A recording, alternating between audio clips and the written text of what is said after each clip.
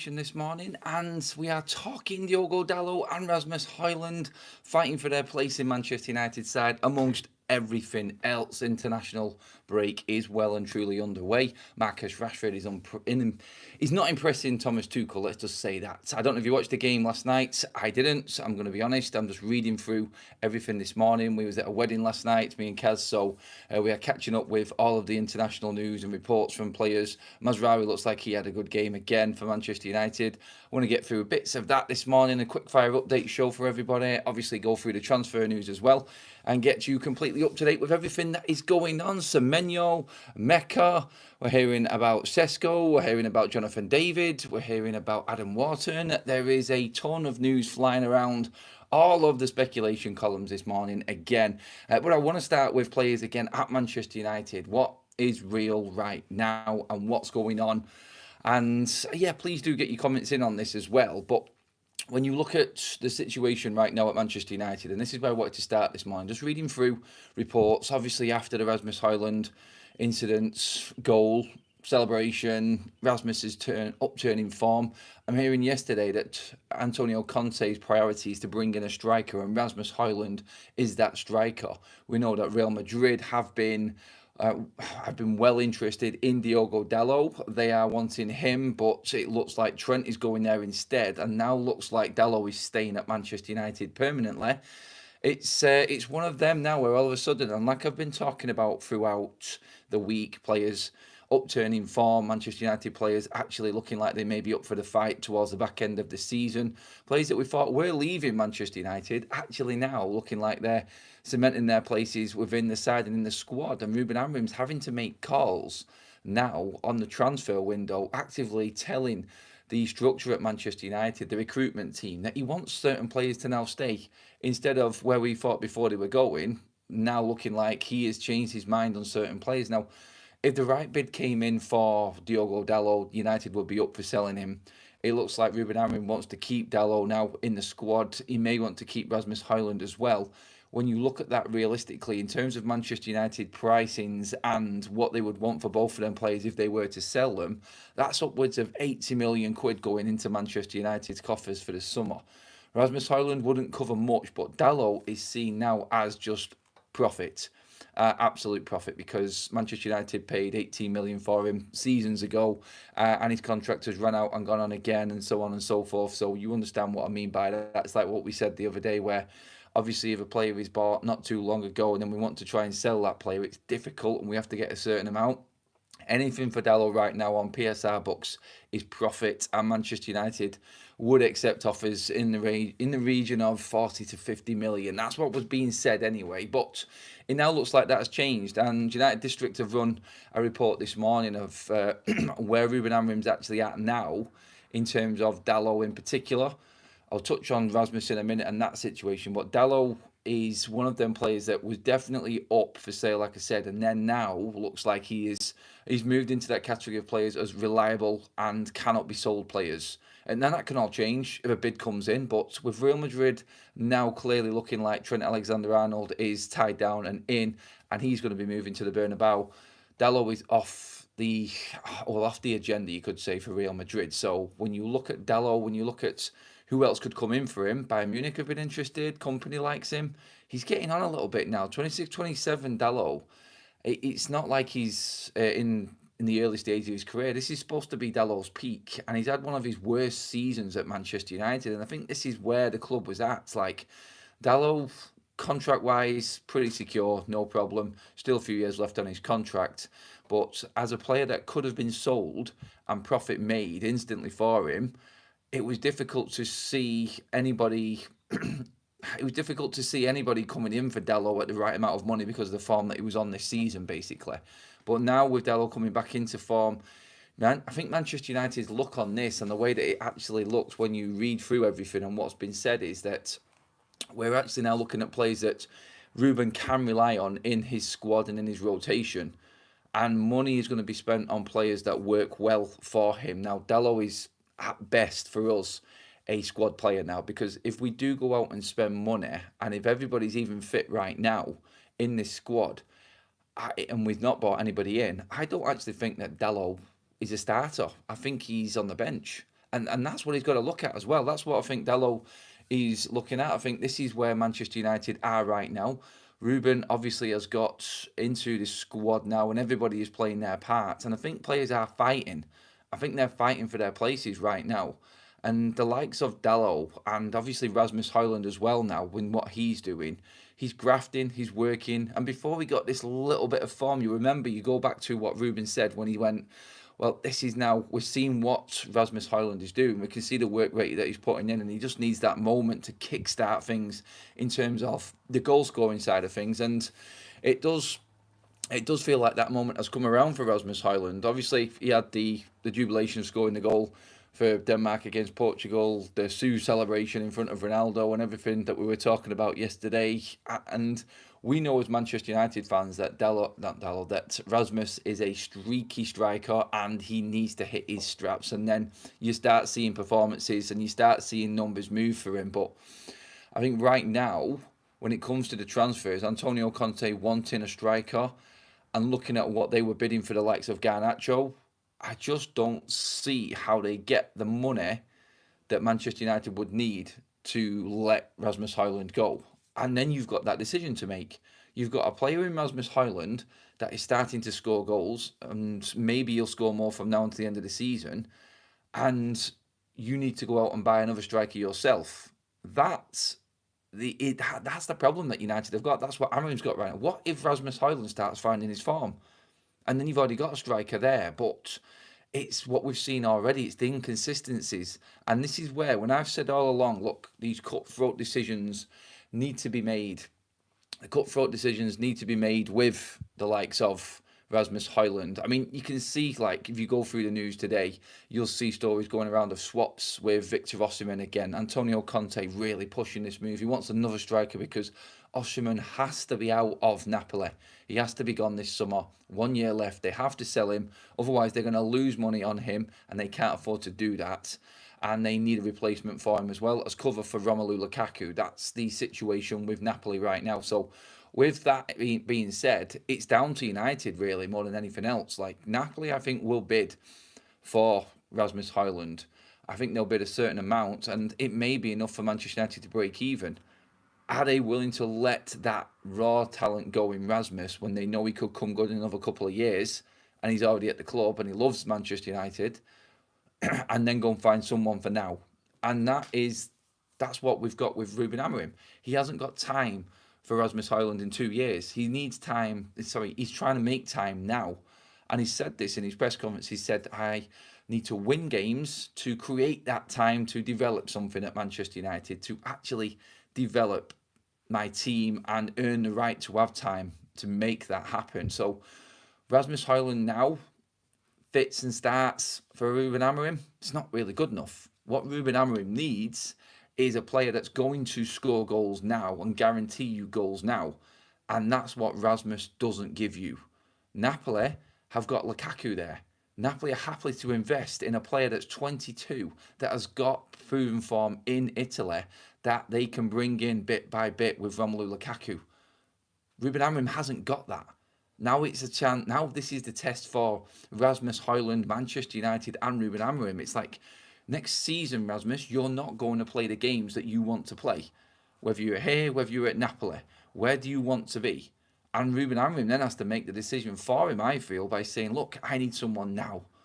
And he's going to tell the club that he wants Rasmus Hojlund to go if, of course, the right bid comes in. And that's where the club then step in, because they have to accept the right type of bid because of the situation with PSR and everything that's happening with Manchester United not being in the Champions League possibly next season and trying to finance things. That then brings in the talk that we seen yesterday with Jonathan David. And Jonathan David, right now, when you look at the situation there, we're hearing Spurs, Arsenal. Apparently, there's 10 clubs in for Jonathan David. As a free transfer and his goal-scoring record, I think that number should be a lot more. I think Jonathan David will have plenty of suitors out there within every corner of Europe right now, paying for his trades. And he's an absolute quality striker, but one thing he does give you is them goals. And that's where United are at. If they could keep Rasmus and go and get Jonathan David, then I think Manchester United would do that.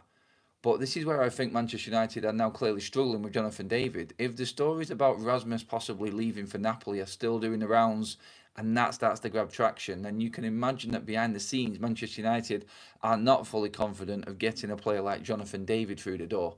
And that's, I feel, where Manchester United's striker situation is at right now. You can forget about Benjamin Sesko.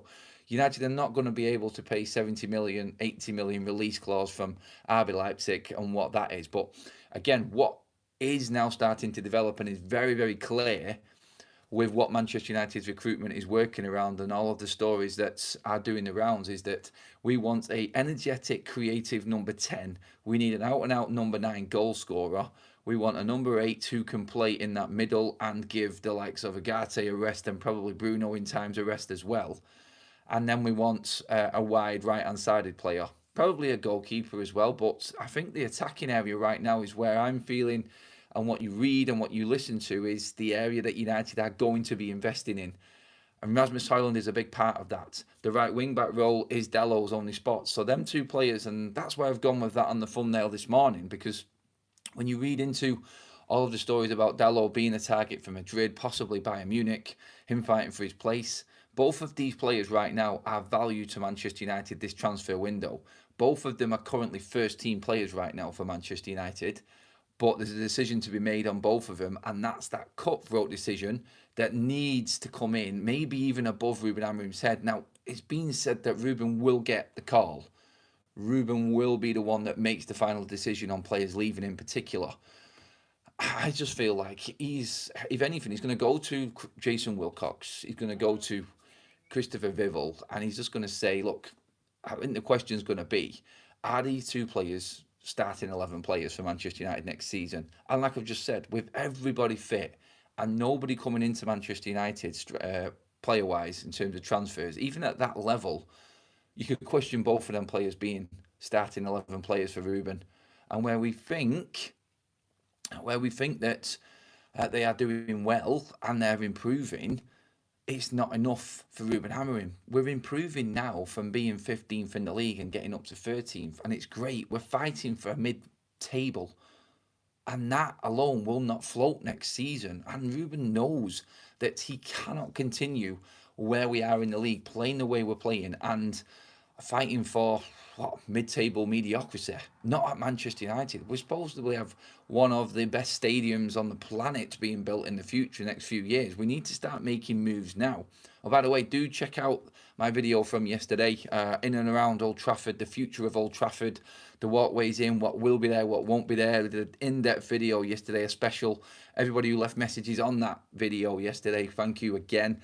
Absolutely brilliant messages and comments on there. Now, please do go and watch it if you haven't already. That's on the channel from last night. That was last night's content. So, yeah, watch that back for me if you can, please, and give me your comments on the stadium and what's happening there. But that stadium coming in, even if the plans go ahead and we are talking the 5 years that Manchester United, which I still think is optimistic, really optimistic, to think that we can get that stadium done in 5 years. But even if that goes through now, you're looking at United needing to be moving from this point forward, starting next season, into the realms of challenging for the major honours, because you're not going to be able to walk out onto that new, into that new stadium, onto that pitch, and be in mid-table mediocrity. This hard decisions need to be made now, so you can then start developing that team to be one that contends at the highest level. You don't get to Real Madrid, Barcelona, PSG, Bayern Munich's level, at Liverpool's level, competing now in a 2 year space, in 2 years. So if you think like going forward, 2030, so next season you're looking at the 25-26 season, and then it's 26-27. Before you know it, Manchester United then are just about, maybe, hopefully, challenging in and around top 4. And then you're only 2 or 3 years away, pretty much, from that new stadium possibly being built. And United really do need to be one of them teams that is guaranteed to be in Champions League football every single season. So it starts now. It starts with them big decisions in the transfer market and players that are good, and we like them, and we're seeing improvements. But let's be honest, are they the future of Manchester United? No, they're bleeding not. And that's the problem that you've got right now. They're not good enough, and you cannot see enough for them to be the players that are going to take us to that new level. And that's the issue. We just got rid of one of them players in Marcus Rashford this summer, and he is clearly not quite there still. Thomas Tuchel calling him out in terms of his work rate and what he expected, the intensity. Him and Phil Foden, two Manchester lads there that are really not really showing what's necessary for England. And that, I think, is, again, a sign of the times. Like, these players hitting that stardom level too quickly, and then bang, you're coming back down to earth again with a massive FUD. And that's where Marcus Rashford is, and we know that. We know that with Jadon Sancho. There's a lot of English players going down the same road at the moment. And then you look at Harry Kane last night again, like that. Credit to him to keep on going like that. And how Manchester United did not get Harry Kane and ended up with Rasmus Hojlund. You should have pulled out all the stops to make that sort of striker happen back in 2023 when that summer absolutely destroyed United. But that's where we are right now. I can see all of your comments coming in. Sorry, I haven't got the technology to go through everybody's comments today and bring anything up. So I'm just going to read through the news so you've got it all there. And then do keep your live comments coming in. Keep your conversations going on, everybody, as well.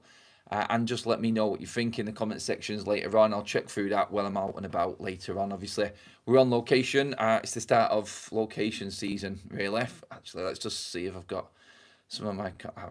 Kaz has kindly passed me the comment section here so I can see some people's comments on this one. By the way, everybody, why have you not got me over 100 likes yet? Come on. Location, first thing in the morning. Had a few drinks last night. Let my hair down. Still here, 8 o'clock on the Saturday on international break. I mean, that deserves a few more likes, does it not? I mean, come on, people. And I can see them moving up already right now. Morning to you, blockers, as well. I can see who's in there. Let's see. Nico's there. Jeffrey, Andrew, Fred's in there. We've got Gray in there as well. I think Stu's in there as well. I'm not too sure, actually. I can't see his name at the moment there. But quite a few of the mods there as well. So, loving that. Thank you, everybody. Right, Wesley says, Adam, my problem is that there is nothing wrong with Rasmus. He doesn't get fed up. He doesn't get fed up front.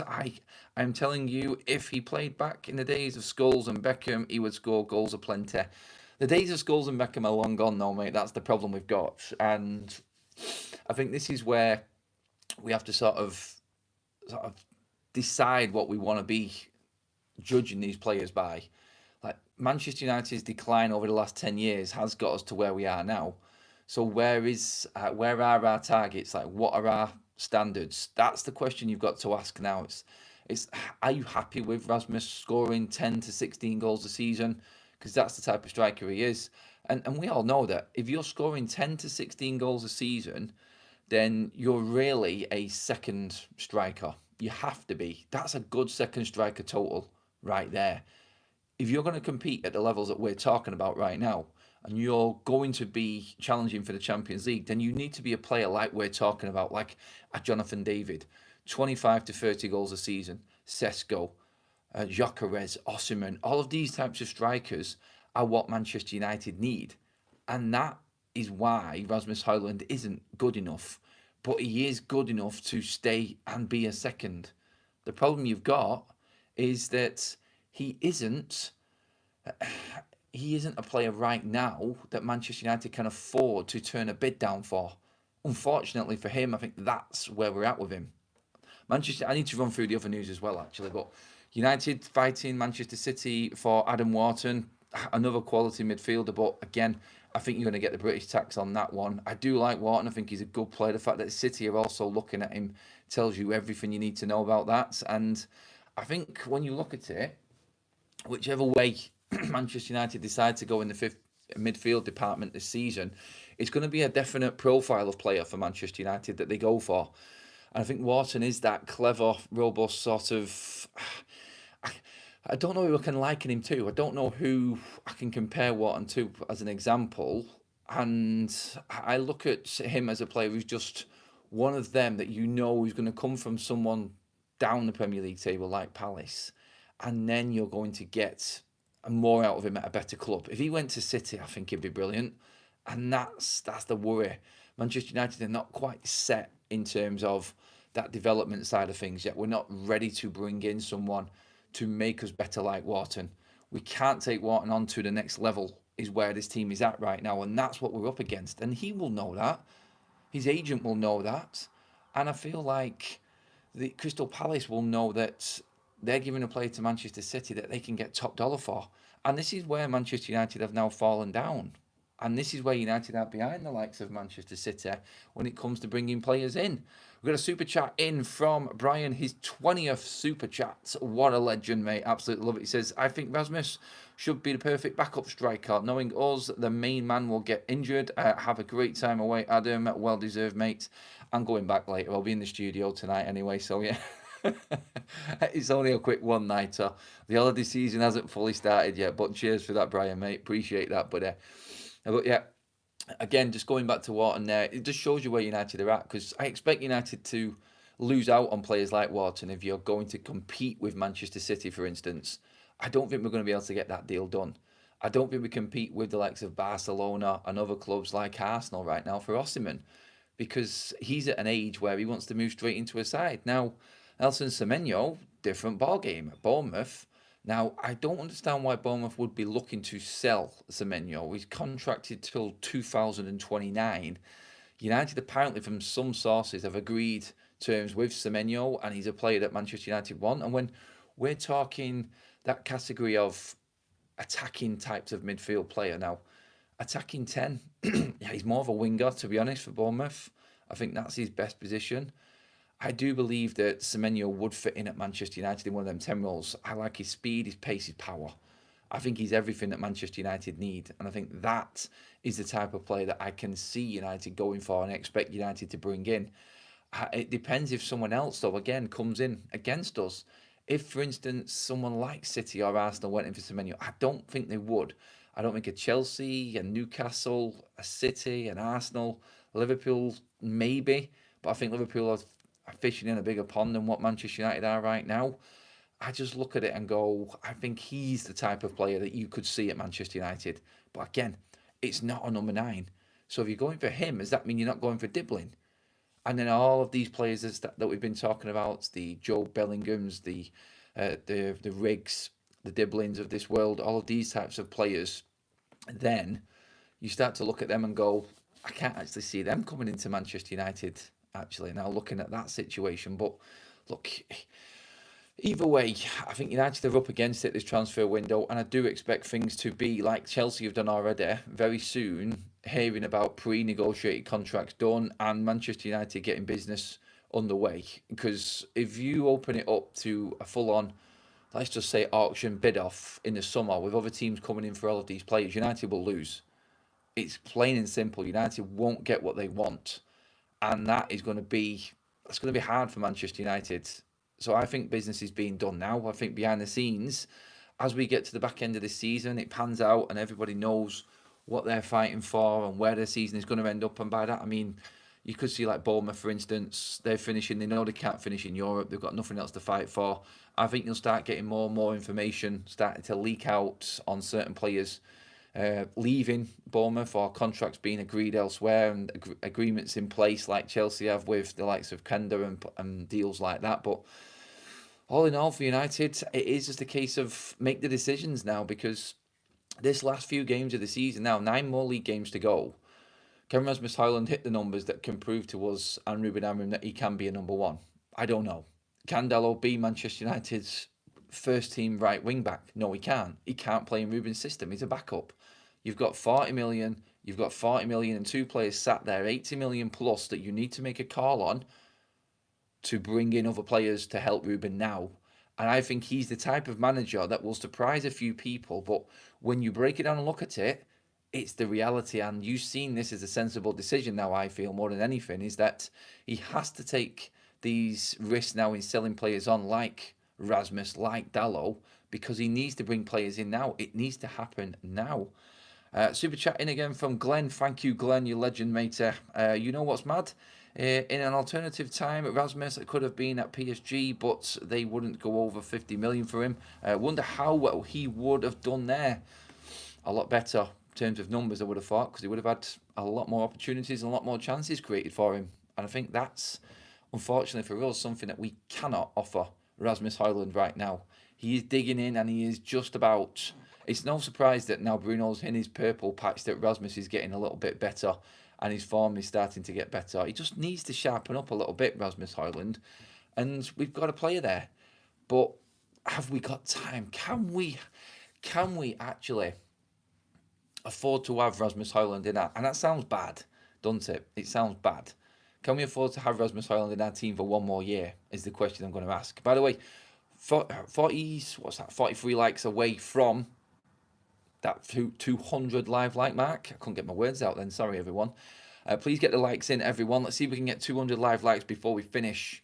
This is your quickfire update show on Saturday morning around all the Manchester United news. We're talking Wharton, we're talking Semenyo, we're talking Rasmus Hojlund and Dalot in particular, making room for these players to come in and obviously give us the money to spend this summer. Should we be cashing in on Dalot and Rasmus Hojlund right now that they're actually starting to find form and produce for United? And produce, I mean, with Dalot as well.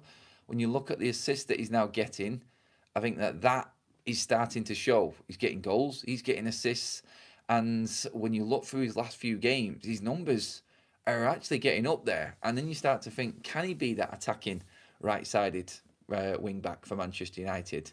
Interesting times and all of that. Let's get a few comments in quickly before we finish up. I'm going to try. I haven't got all of the technology that I need here today, but we are still live bringing you your content. So again, like I said, commitment to the cause, everybody. Make sure that you get your likes in and make sure that you get your comments in, and obviously make sure later when the video is finished that you get your comments in so I can go back to them later, because I can't bring everybody's up. Jonathan in the house says, I like Dalot. I don't see the manager letting him go. Very reliable player, never injured, plays whatever role the manager asks. Them players are gold, aren't they? And I think Dalot has become one of them players. He's another Bruno, but just not as good. He's just always going to be there. And the most valuable asset to any manager in any football division, no matter what part of the pyramid it is someone who's available. And if you're available every single game, then you are gold. And that's just how football works. And I feel like that's what Dalot is right now. He's not going to lose United any money. We haven't really had a bad deal out of him. 18 million, what was it, 6-7 years ago or something like that? I think he's earned his money. I think he's been a good buy, Dalot. And he's still young now. So do we keep him? Do we keep him there as a reserve? Because that's the only place he's going to be. Because even when Ahmad comes back, he's going to take that right-hand side wing-back role away from Dalot. I think Ruben would prefer Ahmad in that role over Dalot anyway. Dalot's a defender. I don't see him fitting in a back three at all. I don't think that suits his game. And like I said before, it's like, do you make that call? Look, at the end of the day, look, no one is actually in for Dalot. No bids are in from him from any club right now. Madrid are going to bring in Trent. I think Rasmus is the interesting one. I can see, like Jonathan said in the chat there, I can see Dalot staying. I think Rasmus is the one that's going to obviously be the one that United make the call on. And at the end of the day, it will be down to Ruben Amorim and whether he thinks that Rasmus Hojlund is good enough to score you 25 goals a season. I mean, honestly, ask yourself that question. And that's the question I'm going to ask everybody when this show finishes now, is that can you get 25 goals out of Rasmus Hojlund next season? Because that's the striker that Ruben Amorim needs. That's what we desperately need, a 25 goal a season striker at Manchester United. I personally don't think Rasmus Hojlund has that in him.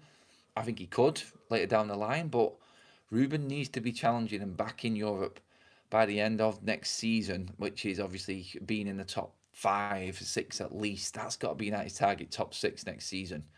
And then we can maybe look to getting into top 4. If we can get a trophy in the bag as well and get into the Europa League, that has to be the obvious thing for Manchester United right now. And I think that a 25 goal a season striker will get you there comfortably. And that isn't Rasmus Hojlund right now for me. Again, 16 last season. I expected him to score more this season, but second season syndrome hit him, and that was it. Look, I'm going to wrap things up there because we need to get sorted here and get checked out and everything like that. Just want to say a massive thank you again to all the mods, all super chats, everybody being on the show. I appreciate your patience while we're out and about and everything like that. Go watch that video from last night as well, please. That was a hard one to film, so go watch the future of Old Trafford video that's on the channel right now as well. Give me 8 more likes on this video, please, so we can get over that 200 live like mark. And again, thank you, mods, thank you, members, everyone helping out in the chats, everyone who has dropped a super chat in. I will be back in the studio later on this evening, everyone, so make sure that you do join us there then. It'll be after all the football, pretty much usual time, but I'll let you all know later on what time we are going with the live as well. And just on the finishing button there, we did hit 200 live likes, so absolute mega job from you all. Thank you, everyone. I'll see you all later on this evening. Have a fantastic Saturday.